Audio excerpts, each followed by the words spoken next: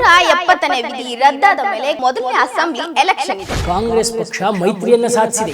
ರಾಹುಲ್ ಗಾಂಧಿ ಮಾಡ್ತಾ ಇರೋದೇನು? ಇದೇ ಚುನಾವಣೆಗೆ ನ್ಯಾಷನಲ್ ಕಾನ್ಫರೆನ್ಸ್ ತನ್ನ ಪ್ರಣಾಳಿಕೆಯನ್ನು ರಿಲೀಸ್ ಮಾಡಿದೆ. ಅಂದ್ರೆ ಇದೊಂದು ರೀತಿ ಭಾರತ್ ತೋಡೋ ಮನಸ್ಥಿತಿ.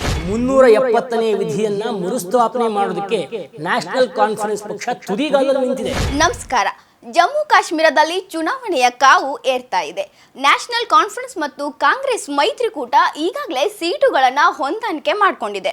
ಎರಡು ಪಕ್ಷಗಳು ಹಲವು ಸ್ಥಾನಗಳಿಗೆ ತಮ್ಮ ಅಭ್ಯರ್ಥಿಗಳ ಹೆಸರುಗಳನ್ನು ಕೂಡ ಅನೌನ್ಸ್ ಮಾಡಿವೆ. 90 ಸ್ಥಾನಗಳ ಪೈಕಿ ನ್ಯಾಷನಲ್ ಕಾನ್ಫರೆನ್ಸ್ 51 ಸ್ಥಾನಗಳಲ್ಲಿ ಸ್ಪರ್ಧೆ ಮಾಡ್ತಾ ಇದೆ. ಕಾಂಗ್ರೆಸ್ ಪಕ್ಷ 32 ಸ್ಥಾನಗಳಲ್ಲಿ ಸ್ಪರ್ಧೆ ಮಾಡ್ತಾ ಇದೆ. ಉಳಿದ ಸ್ಥಾನಗಳಿಗೆ ಕಮ್ಯುನಿಸ್ಟ್ ಪಕ್ಷ, Jammu Kashmir national panthers party ಮತ್ತೆ ಕೆಲವು ಸ್ಥಳೀಯ ಪಕ್ಷಗಳಿಗೆ ಬಿಟ್ಟುಕೊಡಲಾಗಿದೆ. ಸೆಪ್ಟೆಂಬರ್ 18, 25 ಮತ್ತು ಅಕ್ಟೋಬರ್ 1ರಂದು 3 ಹಂತಗಳಲ್ಲಿ ಮತದಾನ ನಡೆಯಲಿದೆ. ಅಕ್ಟೋಬರ್ 4ರಂದು ಫಲಿತಾಂಶ ಪ್ರಕಟಗೊಳ್ಳಲಿದೆ. 370ನೇ ವಿಧಿ ರದ್ದಾದ ಮೇಲೆ ಕಾಶ್ಮೀರದಲ್ಲಿ ನಡೀತಿರೋ ಮೊದಲನೇ ಅಸೆಂಬ್ಲಿ ಎಲೆಕ್ಷನ್ ಇದು. ಈ ಚುನಾವಣೆಯಲ್ಲಿ ಎಲ್ಲರಿಗಿಂತ ಮೊದಲೇ ಕಾಂಗ್ರೆಸ್ ಪಕ್ಷ ಮೈತ್ರಿಯನ್ನ ಸಾಧಿಸಿದೆ. ಈ ವಿಚಾರದಲ್ಲಿ ಆ ಪಕ್ಷದ ರಾಷ್ಟ್ರೀಯ ನಾಯಕರು ಅಪ್ಬೀಟ್ ಮೂಡ್ನಲ್ಲಿದ್ದಾರೆ. ಕಳೆದ ವಾರ ಸ್ವತಃ ರಾಹುಲ್ ಗಾಂಧಿ ಮತ್ತು ಮಲ್ಲಿಕಾರ್ಜುನ್ ಖರ್ಗೆ ಶ್ರೀನಗರಕ್ಕೆ ಬಂದು ಮೈತ್ರಿಯನ್ನು ಕುದುರಿಸಿ ಹೋಗಿದ್ರು. ಅಷ್ಟೇ ಅಲ್ಲ, ರಾಹುಲ್ ಗಾಂಧಿ ಕಾಶ್ಮೀರದಲ್ಲಿ ಒಂದು ಜಾಲಿ ರೈಡ್ ಕೂಡ ಮಾಡಿದ್ದಾರೆ. ಲಾಲ್ ಚೌಕ್ನಲ್ಲಿ ಐಸ್ ಕ್ರೀಮ್ ತಿಂದು ಅಲ್ಲಿನ ಸ್ಥಳೀಯ ವ್ಯಾಪಾರಿಗಳ ಜೊತೆ ಫೋಟೋ ಶೂಟ್ ಕೂಡ ಮಾಡಿಸಿಕೊಂಡ್ರು. ಕಳೆದ ವರ್ಷ ತಮ್ಮ ಭಾರತ್ ಜೋಡೋ ಯಾತ್ರೆಯನ್ನ ಅವರು ಇಲ್ಲೇ ಸಮಾಪ್ತಿಗೊಳಿಸಿದ್ರು. ತಮ್ಮ ಯಾತ್ರೆಯ ಉದ್ದಕ್ಕೂ ಭಾರತವನ್ನ ಒಂದಾಗಿ ಜೋಡಿಸೋದೇ ತಮ್ಮ ಯಾತ್ರೆಯ ಉದ್ದೇಶ ಅಂತ ಅವರು ಹೇಳ್ಕೊಂಡಿದ್ರು. ಆದ್ರೆ ರಾಹುಲ್ ಗಾಂಧಿ ಮಾಡ್ತಾ ಇರೋದೇನು? ನ್ಯಾಷನಲ್ ಕಾನ್ಫರೆನ್ಸ್ ಜೊತೆ ಕೈ ಜೋಡಿಸಿದ್ದಾರೆ.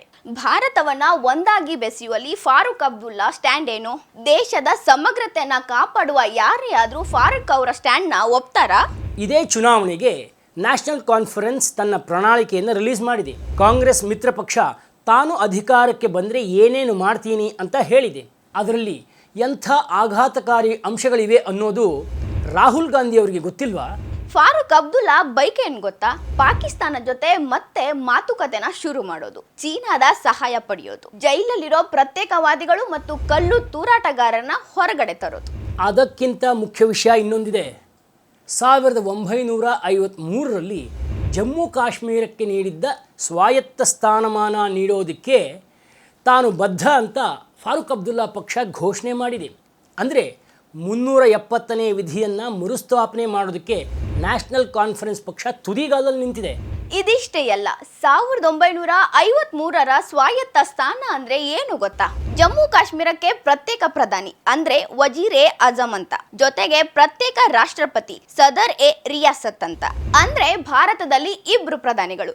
ಸ್ವಾಯತ್ತ ಕಾಶ್ಮೀರ ಅಂದ್ರೆ ಇದೆ. ಫಾರೂಕ್ ಅಬ್ದುಲ್ಲಾ ತಂದೆ ಶೇಖ್ ಅಬ್ದುಲ್ಲಾ ಜಮ್ಮು ಕಾಶ್ಮೀರದ ವಜೀರ್ ಎ ಆಜಮ್ ಆಗಿದ್ದಾಗ ಇದ್ದ ಪರಿಸ್ಥಿತಿಯನ್ನ ಮತ್ತೆ ಮರುಸ್ಥಾಪನೆ ಮಾಡೋದಾಗಿ ನ್ಯಾಷನಲ್ ಕಾನ್ಫರೆನ್ಸ್ ಪಕ್ಷ ಪಣ ತೊಟ್ಟಿದೆ. ಇಂಥ ಪಕ್ಷದ ಜೊತೆ ಕಾಂಗ್ರೆಸ್ ಕೈ ಜೋಡಿಸಿದೆ. ಇಂತಹ ಒಂದು ಪರಿಸ್ಥಿತಿಗೆ ಅನುಕೂಲ ಮಾಡಿಕೊಟ್ಟಿದೆ 370ನೇ ವಿಧಿ. 370ನೇ ವಿಧಿ ಕಾಶ್ಮೀರದಲ್ಲಿ ಎಂತೆಂಥ ಅನಾಹುತಗಳನ್ನ ಸೃಷ್ಟಿ ಮಾಡಿತ್ತು ಅಂತ ನಮಗೆಲ್ಲ ಗೊತ್ತೇ ಇದೆ. ಕಾಂಗ್ರೆಸ್ಗೆ ಗೊತ್ತಿರಲ್ವಾ? ಮತ್ತೆ ಅಂಥದ್ದೇ ಪರಿಸ್ಥಿತಿನ ಕಾಶ್ಮೀರದಲ್ಲಿ ನಿರ್ಮಾಣ ಮಾಡಕ್ಕೆ ರಾಹುಲ್ ಗಾಂಧಿ ಒಪ್ಕೊಂಡಿದ್ದಾರೆ ಅಂತಾಯ್ತು. ಆರ್ಟಿಕಲ್ 370 ಜಾರಿಯಲ್ಲಿದ್ದಾಗ ಕಾಶ್ಮೀರದ ದಲಿತರಿಗೆ ಮೀಸಲಾತಿನೇ ಇರಲಿಲ್ಲ. ನಮ್ಮ ದೇಶದ ಸುಪ್ರೀಂ ಕೋರ್ಟ್ ಆ ರಾಜ್ಯದ ವಿಷಯಕ್ಕೆ ಬರೋ ಹಾಗೆ ಇರಲಿಲ್ಲ. ಜಮ್ಮು ಕಾಶ್ಮೀರದ ಹೆಣ್ಮಕ್ಳು ಹೊರಗಿನವರನ್ನ ಮದುವೆ ಆದರೆ ಅವ್ರಿಗೆ ಪಾಲು ಕೂಡ ಇರಲಿಲ್ಲ ಆಸ್ತಿಯಲ್ಲಿ. 90ರ ದಶಕದಲ್ಲಿ ಹಿಂದೂಗಳ ಮಾರಣ ಹೋಮನೆ ನಡೀತು.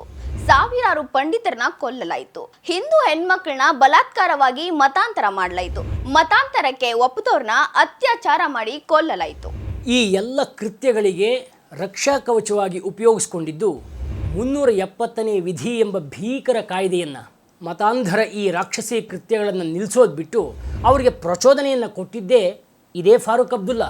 ಈಗ ಮತ್ತೆ ಕಾಶ್ಮೀರದಲ್ಲಿ ಸ್ವಾಯತ್ತತೆ ಬಗ್ಗೆ ಮಾತಾಡ್ತಾ ಇದ್ದಾರೆ.